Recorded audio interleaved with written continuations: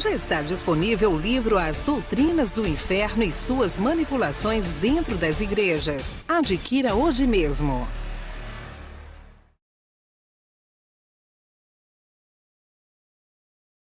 Olá, abençoados! Graça e paz! Bem-vindos ao canal da Graça Pura, me chamo André Pimentel. E hoje nós vamos trazer a segunda parte da mensagem que nós começamos há 2 mensagens atrás, se não me engano, falar sobre o tempo de transição que houve naqueles dias quando a lei estava no mundo, que era o presente, e estava sendo substituído pelo porvir, que é a graça eterna. E hoje nós vamos colocar mais um tijolinho muito interessante nessa passagem daqueles dias, tá bom, queridos? Então não perca, não saia antes do final, porque é importante você entender tudo o que será dito. Tá bom, queridos? Bom, então se você tem se interessado pelos assuntos do nosso canal e não quer nos perder de vista, meu querido, se inscreva hoje mesmo no nosso canal. É só você apertar aí, inscrever-se, pronto, você vai estar inscrito. Então, abençoado, nós vimos na primeira parte porque era comum encontrar, né, nós vimos isso na primeira parte, era comum encontrar uma aparente confusão entre a vinda do reino de Deus, né? Nós esclarecemos lá na primeira parte quando foi que começou. Então eu considero muito importante você assistir essa... Para quem leva a sério os nossos estudos, eu vou deixar nas descrições aí desse vídeo para que você veja. Tá legal? Nós vamos ver muitas coisas interessantes nessa segunda parte. E a parte principal é que você vai entender, atenção, que a igreja não substituiu Israel. O que houve foi uma inclusão e uma renovação de tempo. Você vai entender isso que eu estou falando nessa mensagem. Então, se você quiser realmente de fato entender isto, fique até o final, tá bom, meus queridos? Por isso que eu falo, vem pra graça que eu te explico. Agora é a hora da palavra.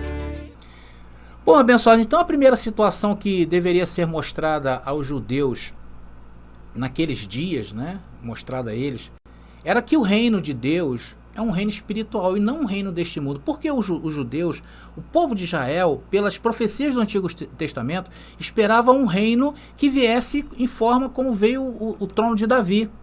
Né? Seria um descendente de Davi, um guerreiro, um homem que ia levar Israel acima de todos os reinos, ia ser mais poderoso do que Roma. Então, na cabeça dessas pessoas, era isso o reino de Deus.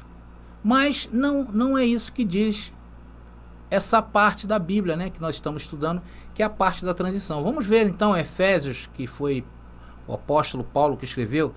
Carta de Paulo aos Efésios, capítulo 2, versículo 22, diz o texto: por meio dele, vocês também estão sendo edificados como parte dessa habitação, onde Deus vive por seu Espírito. Então, como vimos na primeira parte, tá, a ideia de que o já, mas ainda não, vocês vão entender essa expressão, já, mas ainda não. Por que existia essa expressão naqueles dias? Porque ora se dizia que o reino estava presente, nós vimos isso na primeira parte, né? Ora dizia que o reino estava presente, em outra hora dizia-se que o reino estava próximo, em outro momento o Senhor falava que venha a nós o vosso reino, o reino não tinha chegado, e afinal de contas o reino chegou, estava entre eles ou não? Então essa é a ideia do já, mas não ainda. Então era uma realidade presente naqueles dias, porém, atenção, com a expectativa de um cumprimento futuro, mas não se devia perder de vista o futuro, esse futuro, que o que era aplicável para a primeira metade do primeiro século. Achar que isso pode ser aplicado aos dias de hoje é um absurdo, como faz o sistema religioso, né? Então a gente entende que tem certas partes que o cristianismo tradicional, que o sistema religioso adotou em seus discursos para dizer que o reino de Deus ainda não chegou. Mas o reino de Deus, de fato, não havia sido completo, porque ele só foi completo no ano 70 depois de Cristo, quando Cristo estabeleceu o seu reino com poder e grande glória.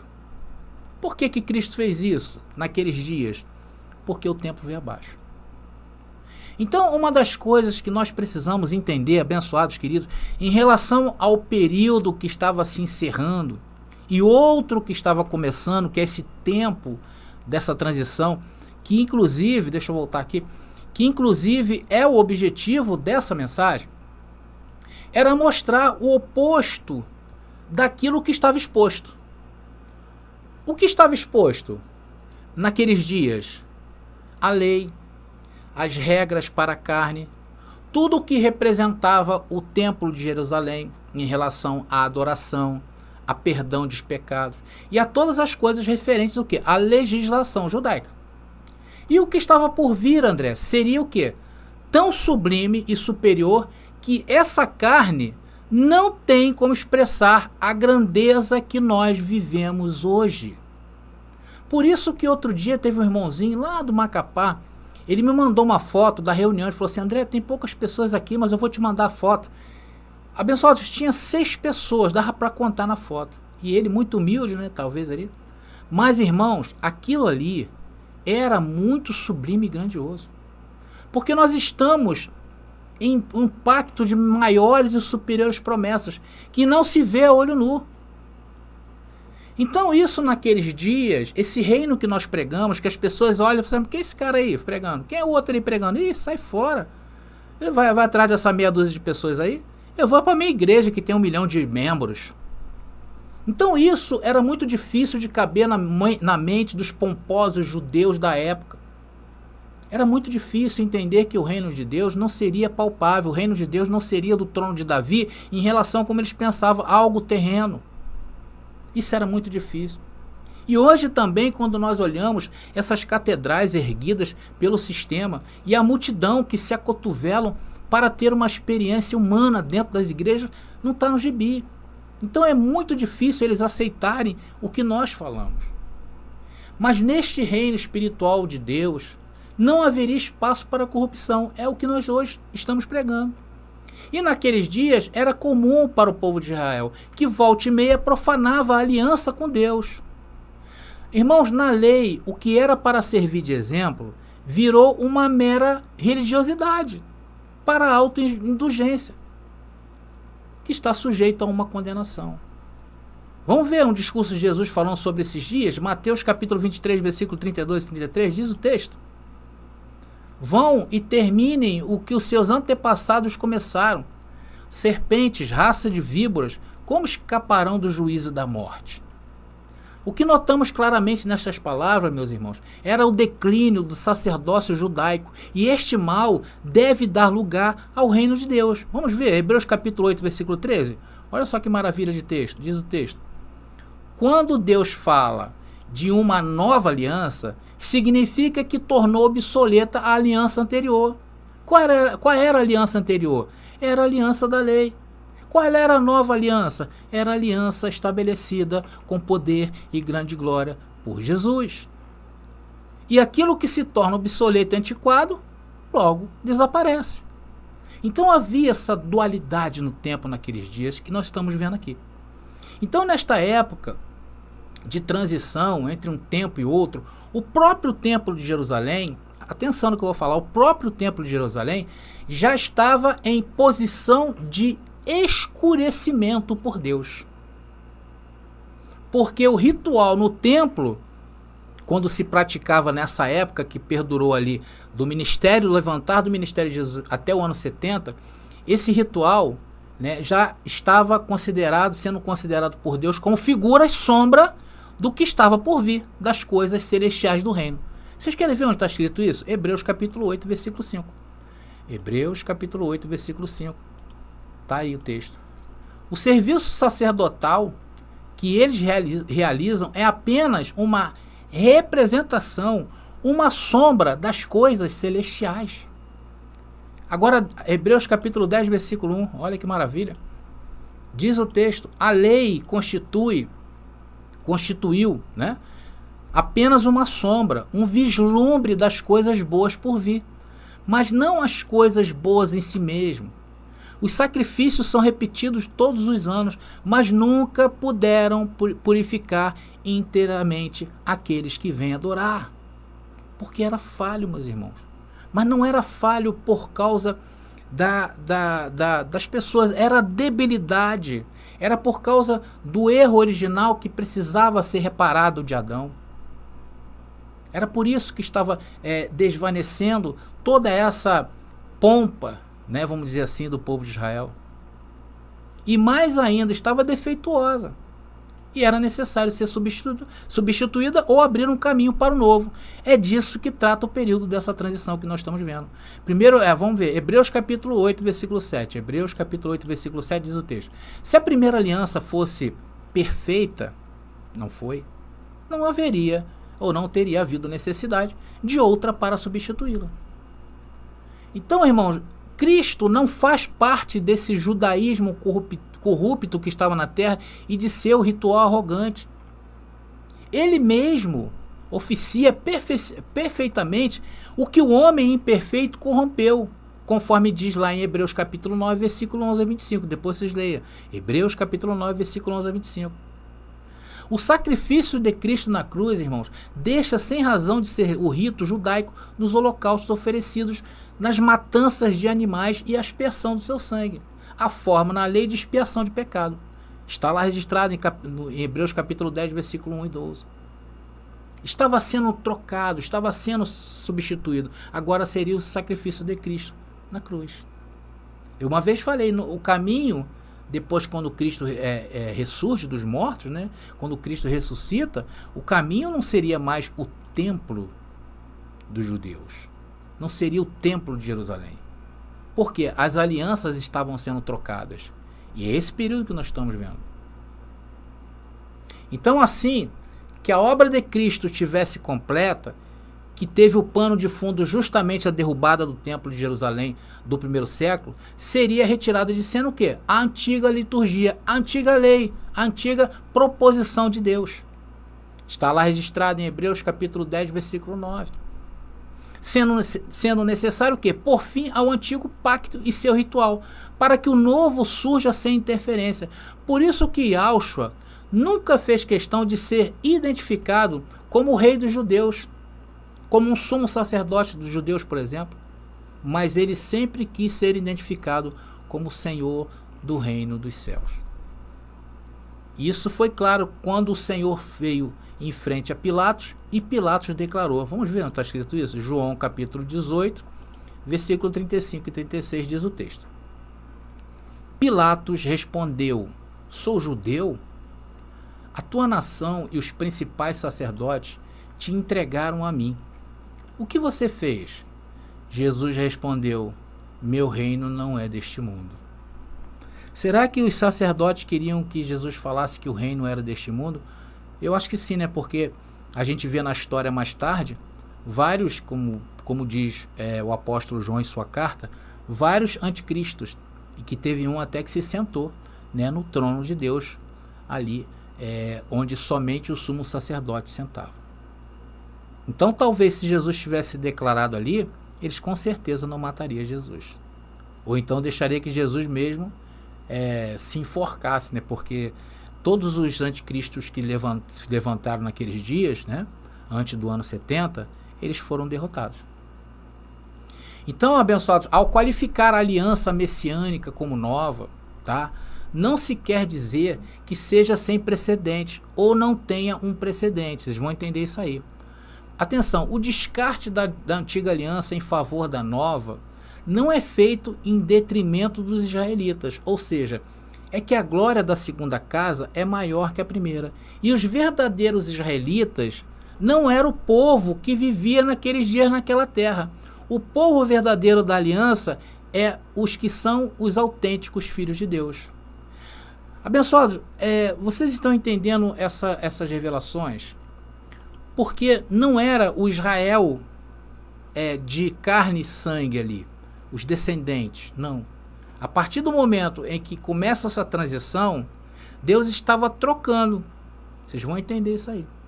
Deus estava trocando. Não seria mais o Israel da terra, seria o Israel celestial.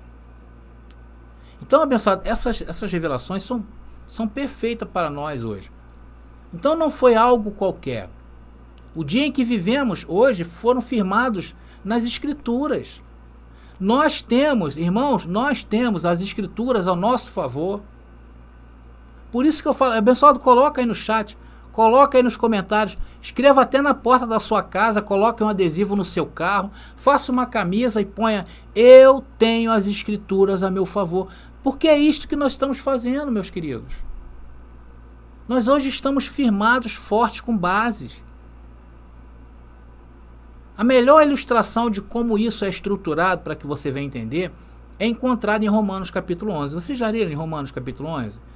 Onde Paulo, através de uma metáfora estendida, descreve a aliança de Israel como uma oliveira. Não é isso que ele fala em capítulo 11? Depois vocês leem aí. Onde há israelitas étnicos, ou seja, aqueles que eram israelitas de sangue. Estes que negaram ao Messias são removidos da oliveira, tá? Outros que são da oliveira mesmo, ramos naturais, que permanecem nessa videira, foram os que se reconciliaram, foram os que se arrependeram, e estes não foram arrancados, e os gentios que foram adicionados a essa oliveira. É como se fosse um enxerto, nós fomos enxertados. Olha que interessante isso, né? Então, vocês vão entender isso que eu estou falando. Então, existia a oliveira, existiam os ramos naturais. Os ramos que continuaram nessa oliveira foram aqueles que se arrependeram, os judeus étnicos, os judeus de sangue. E aqueles que se reconciliaram, os gentios, foram enxertados. O restante foi cortado. Vamos ver onde fala isso aí? Romanos capítulo 11, versículo 1. É lindo isso aqui. Romanos 11, capítulo 1 e depois Romanos 11, capítulo 5. Versículo, tá, abençoado? Não é capítulo não. Romanos capítulo 11, versículo 1 e depois Romanos lá no versículo 5. Diz o texto: eu digo, então, Deus rejeitou o seu povo, no caso Israel, de modo algum. Deus não rejeitou Israel. Aqueles que se arrependeram, não. Pois uns poucos do povo de Israel permaneceram fiéis, escolhidos pela graça de Deus. Quem são estes? Senão os que permaneceram firmes. Estes judeus tornaram-se parte da nova aliança. Só você ver lá em Mateus capítulo 5, versículo 2 ao 12. Livro de Mateus capítulo 5, versículo 2 ao 12. Onde fala os que realmente entrariam no reino de Deus. Então, esse momento que nós estamos vendo aqui, o momento de transição, era um momento de separação entre o joio e o trigo. Entre os que viveriam no reino de Deus, porque entenderam a mensagem, ou seja, independentemente de serem israelitas e gentios, esses começaram a viver no reino de Deus. E hoje, meus irmãos, da mesma maneira, tem gente que prefere o quê? O inferno da religião, do que a liberdade de uma vida conduzida pelo nosso sumo pastor, nosso sumo sacerdote, que é Cristo. Então, abençoados, vocês vejam bem como essa passagem ela é importante para nós. Então havia esse tempo de separação. Era um tempo onde estava se separando o joio e o trigo. Né? Teriam aqueles judeus, os judeus remanescentes realmente, os de carne de sangue, e havia os gentios que foram convidados. Esses foram reconciliados, porque eles foram enxertados. Então, aplicando esses mesmos princípios hermenêuticos que estamos usando para Romanos capítulo 11, a nova aliança de Jeremias capítulo 31, versículo 31 diz, veja bem, agora é a parte principal dessa mensagem. Jeremias capítulo 31, versículo 31 diz: está chegando o dia, diz o Senhor, em que farei uma nova aliança. Com quem? Com os gentios? Não. Com o povo de Israel e de Judá. Então o texto está dizendo aí que a nova aliança se refere ainda ao povo de Israel. Então não existe, atenção, não existe uma substituição de Israel pela igreja. Não existe. O que nós podemos concluir? Que a igreja da nova aliança, ou melhor, os gentios, é incorporado ao remanescente fiel de Israel, ao mesmo tempo em que esse Israel é incorporado à nova aliança, para também fazer parte da igreja, o corpo de Cristo, a verdadeira congregação e povo de Deus. Vocês estão entendendo, abençoados? Então não era a substituição, não era. A substituição houve, mas a aliança continuou firmada com o povo de Israel. Mas esse Israel, ele mudou. Não é mais o Israel terreno, é o Israel espiritual. Então hoje, se estamos no reino, hoje somos considerados como Israel celestial.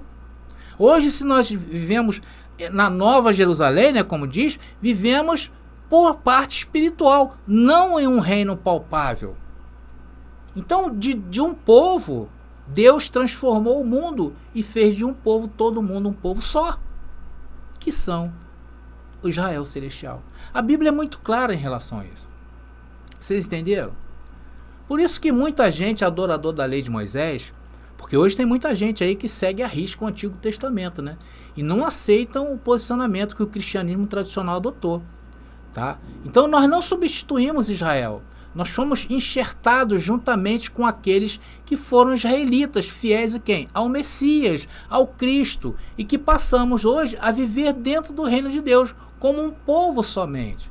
Por isso que hoje não há israelita, não há brasileiro, não há alemão, somos o povo de Deus. E vivemos em novos céus e nova terra. É isso que o sistema não entendeu. Então a renovação de Israel e as promessas antigas têm cumprimento fiel em Israel, mas não na Israel da antiga aliança quebrada, mas no Israel que faz parte da nova aliança, o Israel espiritual.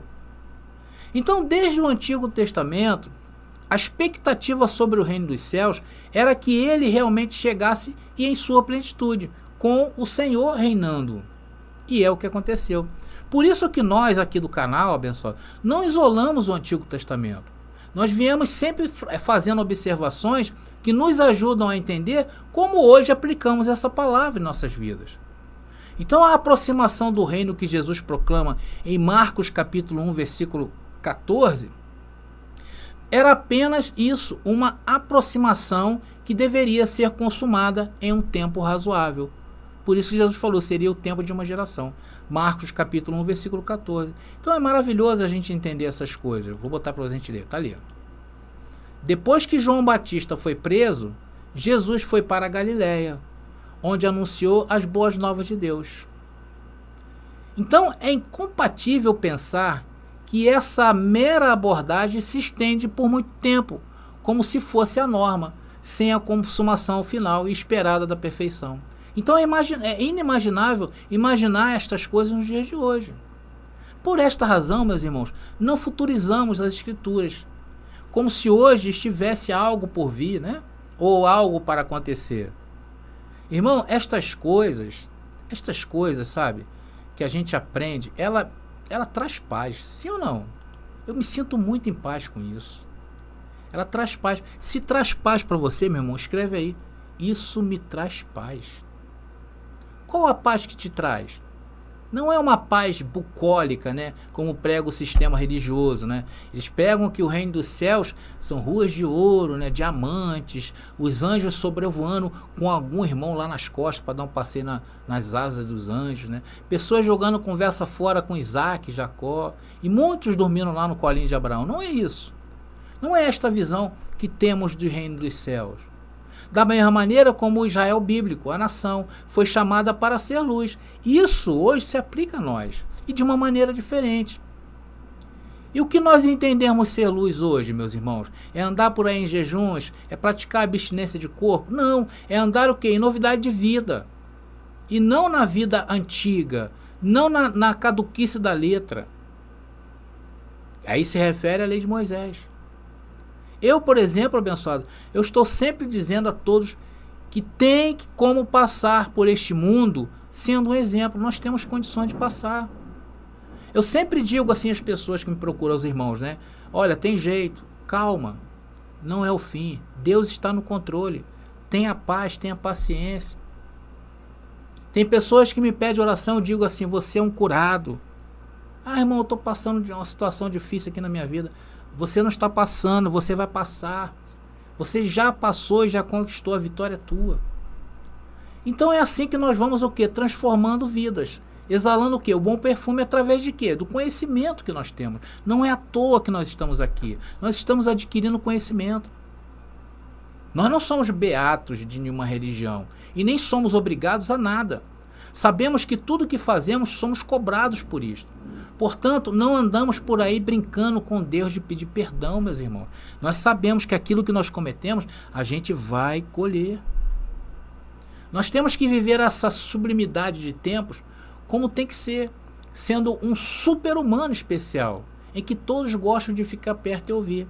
Já viu? Tem pessoas que são tão especiais que dá vontade de ficar pertinho dela o tempo todo, porque só sai coisas boas dali. Então essa é a forma aplicável desta palavra no reino que nós estamos vivendo aí.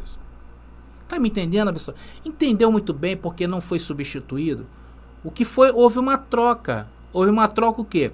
Das coisas materiais para as coisas celestiais. E quando Deus passou as coisas para as celestiais, Ele nos incluiu, no caso ali os gentios, que hoje, né, somos todos nós.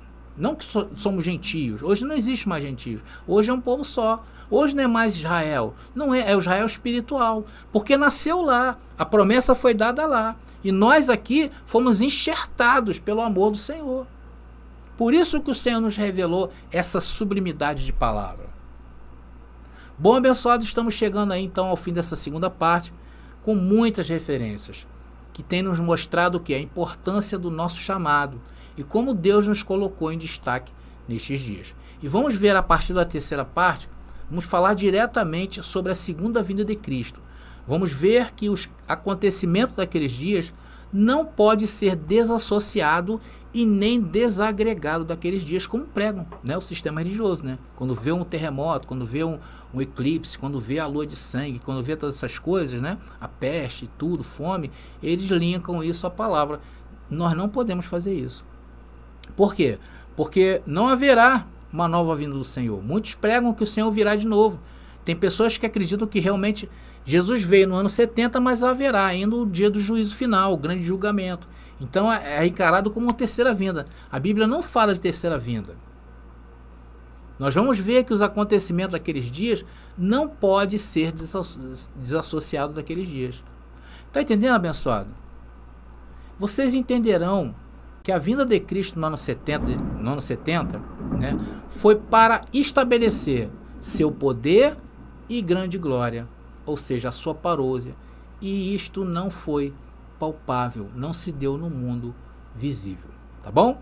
Então estamos encerrando mais uma mensagem para vocês aí, tá, pessoal? Lembrando também que esse tema já se encontra em nossas apostilas, tá legal? Graça e paz e até a próxima mensagem. Graça e paz aí, abençoado.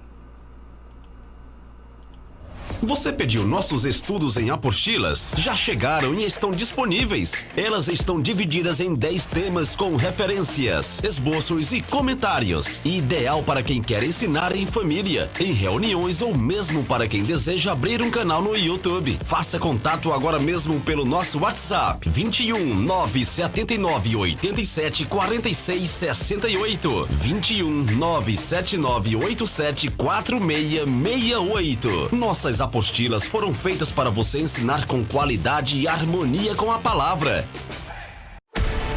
Já está disponível o livro As Doutrinas do Inferno e Suas Manipulações Dentro das Igrejas. Adquira hoje mesmo.